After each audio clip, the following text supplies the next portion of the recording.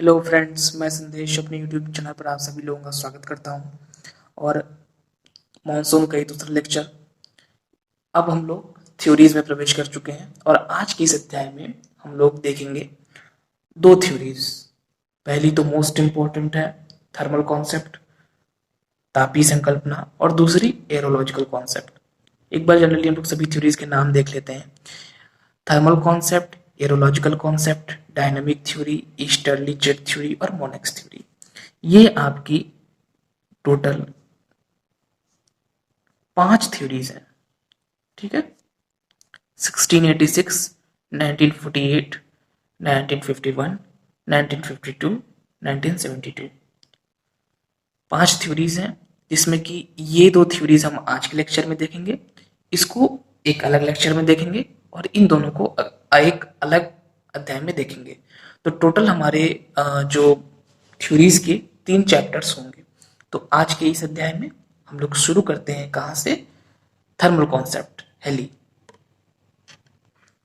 Friends, तापीय संकल्पना या थर्मल कॉन्सेप्ट में आपको सिर्फ एक चीज पे ध्यान देना है। ये हेली महोदय ने दिया था 1686 में, ठीक है। और इसमें जो जिस चीज पे आपको ध्यान देना है, नाम से स्पष्ट है, ताप पे। इतना तो आपको पता ही होगा कि जहां पर लो टेम्परेचर होता है तो हाई प्रेशर होता है, और हाई टेम्परेचर होने पे लो प्रेशर होता है। दोनों में विपरीत संबंध हमें देखने को मिलता है। और जो हवा है वो हमेशा उच्च वायुदाब से निम्न वायुदाब की ओर प्रवाहित होती है। ये एयर प्रेशर का एक सामान्य सा नियम है। एयर प्रेशर वाले चैप्टर में आपने ये बातें पढ़ी होंगी। तो एयर प्रेशर वाले अध्याय में आपने इसको देखा होगा कि आपने वायुदाब प्रवणता के बारे में देखा होगा कि उच्च वायुदाब से निम्न वायुदाब की ओर हवाएं चलती हैं और इस प्रकार की स्थितियां होती हैं। तो वही चीजें आपको यहाँ पे समझनी है, उन्हीं बेसिक कॉन्सेप्ट्स को लेके चलना है। और इसमें सबसे मेन बात जो ये बताई गई है कि मान लीजिए कि सूर्य दक्षिणायन है, जो भी हमने पिछले वाले लेक्चर में बात की थी। दक्षिणायन की स्थिति में क्या होगा? यहां पर लो टेम्परेचर हाई प्रेशर हो जाएगा, क्योंकि आपको पता है कि जो हमारा लैंड है वो जल्दी से ठंडा हो जाता है। अभी तक तो सूर्य यहाँ पे चमक रहा था, लेकिन जैसे ही सूर्य नीचे चला गया, ये क्या, लैंड जल्दी से ठंडा हो जाएगा। लो टेम्परेचर और हाई प्रेशर की स्थिति बन जाएगी। और उसके मुकाबले जो हमारा वाटर बॉडी है वो यद्यपि पहले तो लैंड से ठंडा था, लेकिन जब लैंड इतना तेजी से ठंडा हो गया तो वाटर बॉडी अपेक्षाकृत अभी गर्म ही रहेगी, क्योंकि वाटर बॉडी धीरे धीरे ठंडी भी होती है और धीरे धीरे गर्म भी होती है।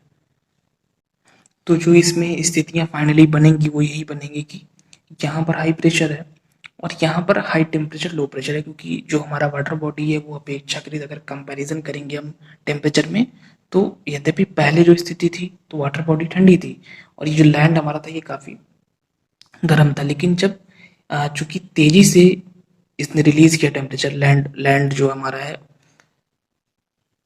तो उसकी वजह से ये लो टेम्परेचर हाई प्रेशर वाली स्थिति यहाँ पे बन गई और यहाँ पर हाई टेम्परेचर लो प्रेशर वाली स्थिति है। तो फिर वही सिंपल सा आपका जो मूलभूत नियम है, अकॉर्डिंग टू प्रेशर, ये जो विंड का जो फ्लो होगा,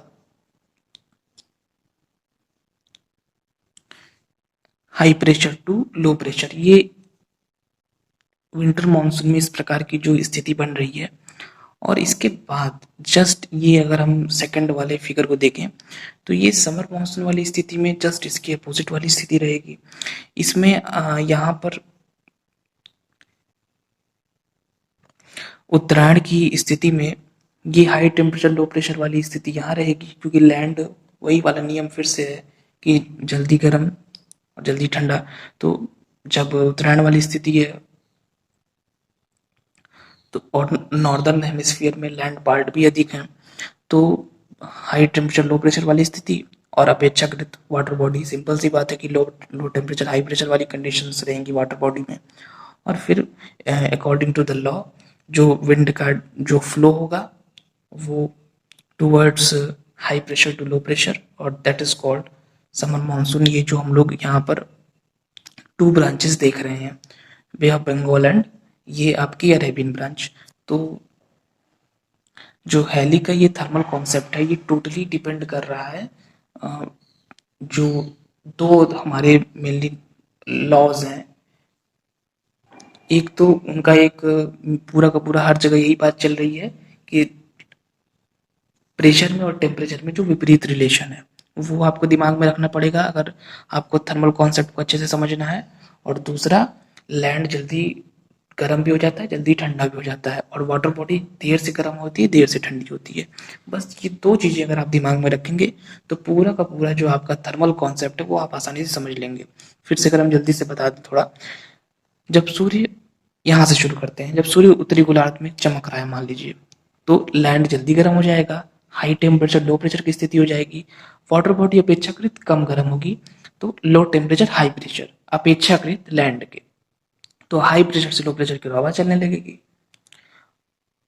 और वही जस्ट इसकी विपरीत स्थिति होगी जब सूर्य दक्षिण हो जाएगा, दक्षिणायन हो जाएगा, सदर्न हेमिस्फीयर में चला जाएगा, तो लैंड जल्दी से पूरी की पूरी जो हीट है उसको रिलीज कर देगा, जल्दी से ठंडा हो जाएगा। वाटर बॉडी अभी भी गर्म रहेगी अपेक्षाकृत लैंड के, तो लो टेम्परेचर हाई प्रेशर लैंड पे हो जाएगा और high temperature low pressure water body पे हो जाएगा। अब क्या होगा, इधर से इधर हवा चलने लगेगी। तो यही तो आप देख रहे हैं यहाँ पे, जो भी हम लोग बात किए थे पहले वाले चैप्टर में बेसिक डेफिनेशन में, कि इसमें हवा की दिशा 6 महीने पे बदल जाती है। 6 महीने हवाएं ये दक्षिण पश्चिम से उत्तर पूर्व की ओर चल रही हैं, और 6 महीने हवाएं उत्तर पूर्व से दक्षिण पश्चिम की ओर चल रही हैं। तो यही जो डेफिनेशन है बिल्कुल इस पे सटीक बैठ रही है। तो ये है आपका थर्मल कॉन्सेप्ट। और पूरे मानसून का सबसे बेसिक जो कॉन्सेप्ट है, जो सबसे मूलभूत सिद्धांत है, वो थर्मल कॉन्सेप्ट ही है। आगे आने वाली जो थ्योरीज हैं वो मानसून की, यद्यपि उनको मानसून की थ्योरीज में ही शामिल करते हैं, लेकिन मानसून की ओरिजिन की थ्योरी एक ही है, वो ये थ्योरी है। बाकी सारी थ्योरी, चाहे आप इस रिलेटेड थ्योरी ले लें, चाहे आप एरोलॉजिकल कॉन्सेप्ट ले लें, बाकी सब मानसून कैसे तेज होता है इस पे बात करती हैं। लेकिन मानसून की जो बिल्कुल उत्पत्ति की जहाँ तक बात है, तो उसमें बहुत ही पुराना ये सिद्धांत है और बहुत ही सर्वमान्य कह सकते हैं इसको। बाकी जब आगे के जो सिद्धांत आएंगे, 1686 में उतनी रिसर्च नहीं हुए थे। अब फ्लॉन आए, उन्होंने आईटी स्टेट का कॉन्सेप्ट दे, आईटी स्टेट पे बात की उन्होंने मानसून में। फिर आगे मोनेक्स पढ़ेंगे आप तो उसमें आपको अलग अलग चीज़ें मिलेंगी। लेकिन 1686 में उतनी रिसर्च नहीं हुई थी, फिर भी ये उस हिसाब से बहुत ही सटीक सिद्धांत है और एकदम सही व्याख्या करता है। हाँ, इसमें अगर आप कभी आलोचना, हालांकि इसकी कोई आलोचना नहीं है, पुराना सिद्धांत है और बहुत ही मान्य है, लेकिन कुछ विद्वान हो सकता है करें इसकी आलोचना, तो इसकी आलोचना बस यही हो सकती है कि इसमें सिर्फ टेम्परेचर और प्रेशर इत्यादि को लेके बात की गई है, अन्य एस्पेक्ट्स को नहीं शामिल किया गया है। लेकिन इसको हम आलोचना नहीं कर सकते क्योंकि उस समय इतने लेवल पे रिसर्च नहीं हुई थी। उस समय में ऐसा सिद्धांत देना बहुत ही बड़ी बात है। तो ये आपका थर्मल कॉन्सेप्ट है, बिल्कुल सही सटीक, जो मानसून के बारे में हमें बताया था, और जनरली हम इसी को पढ़ते ही हैं नॉर्मली यूजी के सिलेबस में। या जनरली नॉर्मली हम लोग जब मानसून के बारे में पढ़ते हैं तो हम लोग मेनली फोकस इसी पे करते हैं। यद्यपि हम ये नहीं जानते कि ये थर्मल कॉन्सेप्ट है, लेकिन हम लोग हाई टेम्परेचर लो प्रेशर, लो टेम्परेचर हाई प्रेशर, और इस प्रकार से हवा, विंड का जो फ्लो है, इसी को हम लोग नॉर्मली जो बेसिक हम लोग मानसून समझते हैं वो लोग हम लोग इसी से समझते हैं। तो ये हेली महोदय का कॉन्सेप्ट है। और इसको आप लिखेंगे कैसे, लिखना बिल्कुल इसको सरल है। इसको आप बिल्कुल अपने शब्दों में कहानी की तरह लिखेंगे, बहुत लंबा नहीं लिख पाएंगे इसको, तो इसमें परेशान होने की आवश्यकता नहीं है। कभी भी इस पर बहुत लंबा क्वेश्चन नहीं आने वाला। नॉर्मली अगर आता है तो एक दो सिद्धांत और जोड़ के पूछा जाएगा, सिर्फ एक सिद्धांत पे इतना लंबा क्वेश्चन उम्मीद नहीं है कि ऐसा आएगा। और अगर आ जाता है तो कोई दिक्कत नहीं है, आसानी से आप 2 पेज तो इसमें लिख ही सकते हैं। आपको क्या क्या बताना पड़ेगा मैं थोड़ा हिंट दे दे रहा हूँ। सबसे पहले तो ये फिगर आपको बनाना पड़ेगा। स्टार्टिंग करेंगे आप कहाँ से, स्टार्टिंग आप करेंगे थोड़ा सा मानसून के बारे में बताएंगे, बेसिक डिफिनेशन देंगे मानसून की। फिर मानसून में आप थोड़ा हेली महोदय के बारे में बताएंगे, हेली महोदय 1686 में कॉन्सेप्ट दिया। और फिर आपको पूरा उत्तरायण वाली स्थिति क्या होती है और उसमें ये वाली स्थितियां बनती हैं, हाई टेम्परेचर लो प्रेशर, लो टेम्परेचर हाई प्रेशर, विंड का फ्लो होता है। फिर जस्ट उसके अपोजिट ये वाली स्थितियां बताएंगे। तो नॉर्मली अगर आप 100 वर्ड्स समर मानसून वाले में लिख देते हैं, 100 वर्ड्स आप विंटर मानसून वाले कंडीशन में लिख देते हैं और 50 वर्ड्स का आप एक इंट्रो लिख देते हैं, तो आसानी से आपका 250-300 वर्ड का एक अच्छा आंसर हो जाएगा। इससे ज़्यादा इसमें लिखने की कोई भी आवश्यकता नहीं है। और ये दो आपके फिगर्स इसमें मस्ट हैं, ये फिगर तो बनेंगे ही बनेंगे थर्मल कॉन्सेप्ट में। और ध्यान आपको क्या देना है, स्क्रीन पे दिख भी रहा होगा आपको, सिर्फ और सिर्फ आपको इसमें दो चीज़ों पे ध्यान देना है, लैंड और वाटर की हीटिंग और कूलिंग, इस पे आपको फोकस करना है। और अपोजिट रिलेशन, विपरीत संबंध जो है प्रेशर का और टेम्परेचर का, ये दो चीज़ें दिमाग में रखनी है। और ये पूरा का पूरा कॉन्सेप्ट बिल्कुल इजी सा कॉन्सेप्ट है, आसानी से समझ में आ जाएगा। अब हम लोग अगली थ्योरी पे बात करते हैं। हालांकि वो थ्योरी उतनी इम्पोर्टेंट नहीं है, लेकिन हाँ थोड़ा सा उसको देख लेते हैं। वो थ्योरी एक चीज़ के लिए इम्पोर्टेंट है, एरोलॉजिकल कॉन्सेप्ट। फ्रेंड्स, जो एरोलॉजिकल कॉन्सेप्ट है उसको समझने के लिए मैप में हमें देखना पड़ेगा। अच्छा मैप नहीं बना है, लेकिन मैंने आपको बस केवल समझाने के लिए इसको बनाया है। आप एग्ज़ाम में थोड़ा और अच्छा बनाइएगा। छोटा सा बस मैंने मैप बना दिया जल्दी से आपको समझाने के लिए। इसमें होगा क्या, बस आप कॉन्सेप्ट समझिए एरोलॉजिकल थ्योरी में। जो एरोलॉजिकल कॉन्सेप्ट है उसमें शेरहग महोदय ने दिया 1948 में, ठीक है। इसमें इन्होंने क्या बताया कि जब थार बिल्कुल गर्म हो जाएगा, ठीक है, सूर्य उत्तरायण है, थार गर्म हो गया है, अब होगा क्या कि यहाँ से कन्वेक्शन करंट उठेंगे। इतना तो आप जानते ही होंगे कि जब हाई टेम्परेचर होता है, लो प्रेशर होता है, तो कन्वेक्शन करंट ऊपर उठती हैं, ठीक है। ये ऊपर उठेंगी और बहुत ऊपर नहीं जाएंगी, क्षोभ सीमा पे नहीं जाएंगी, ट्रोपोपॉज पे नहीं जाएंगी, ये केवल 2-3 किलोमीटर की ऊंचाई पे जाके ये एंटी ट्रेड बन जाएंगी।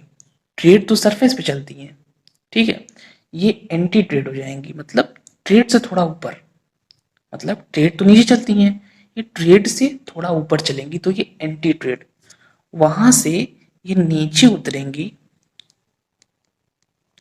और फिर इंडियन ओशन पे उतर जाएंगी।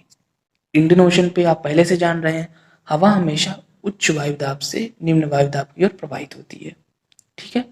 अब है क्या, यहाँ पर हाई टेम्परेचर लो प्रेशर था, तो हवा ऊपर उठी, एंटी ट्रेड बनी, और अब उतरेगी कहाँ हवा, हवा अब हाई प्रेशर पे उतरेगी। और फिर इस हाई प्रेशर से ये जो हवाएं यहाँ पहले से जा रही थी, एग्जाम्पल के लिए आप थोड़ा सा काल्पनिक है, कल्पना करना पड़ेगा आपको। ये मान लीजिए बे ऑफ बंगाल ब्रांच होगी या आपकी अरेबियन ब्रांच रही होगी। फिगर बहुत अच्छा नहीं है इसलिए फिगर पे ध्यान मत दीजिएगा, लेकिन कॉन्सेप्ट को समझिएगा अच्छे से।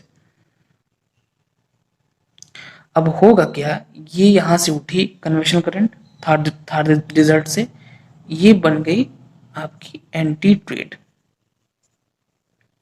2-3 किलोमीटर, 2-3 किलोमीटर की हाइट पे ये एंटी ट्रेड बन गई। और फिर ये नीचे चली आई इंडियन ओशन पे। इंडियन ओशन पे ये उतरी, क्योंकि इंडियन ओशन पे आपका हाई प्रेशर था, तो वहां पे उतरी हाई प्रेशर पे। और फिर जो हवाएं यहाँ चल रही थी नॉर्मली मानसून वाली, उन हवाओं को इसने और धक्का दिया, तो इससे मानसून थोड़ा और तेज होगा, ठीक है। तो इससे साफ स्पष्ट हो रहा है कि जो ये कॉन्सेप्ट है शरह का एरोलॉजिकल कॉन्सेप्ट, ये मानसून की उत्पत्ति से संबंधित नहीं है, ये मानसून तेज कैसे होता है इससे संबंधित है। हालांकि बहुत मान्य नहीं है ये सिद्धांत, लेकिन इस सिद्धांत की एक मैं आपको खासियत बताऊंगा। इस सिद्धांत की खास बात यह है कि अभी तक कोई भी ऐसा सिद्धांत नहीं आया था, यद्यपि इसके बाद फ्लॉन का भी सिद्धांत आया, काफी इंपॉर्टेंट है, लेकिन कोई ऐसा सिद्धांत बहुत दिनों तक नहीं आया था जिसमें इस प्रकार की ऊपरी वायुमंडल की किसी घटना को हम शामिल करें। इसके बाद एक तरीके से कह सकते हैं कि इसको आधार मिला वर्तमान समय में जो सर्वमान्य सिद्धांत है, मतलब मानसून को तेज करने के लिए मोनेक्स थ्योरी, जिसमें हम हिमालय की आल्बिडो की, थार की, सॉरी थार तो यहाँ थार की हीटिंग, यहाँ तिब्बत का प्लेटो है, तिब्बत की हीटिंग, तिब्बत की हीटिंग, हिमालय का एल्बिडो और थार की हीटिंग, इन तीनों की बात करते हैं। और ये तीनों जेड बनती हैं, ऊपर जाके कन्वेक्शन करंट ऊपर उठती है। तो ये सारी की सारी जो बातें हैं, कुल मिला के अगर हम शॉर्ट में कहें तो ऊपरी वायुमंडल वाली चीजों को मानसून में लेके आने का काम सबसे पहले शरैग महोदय ने किया।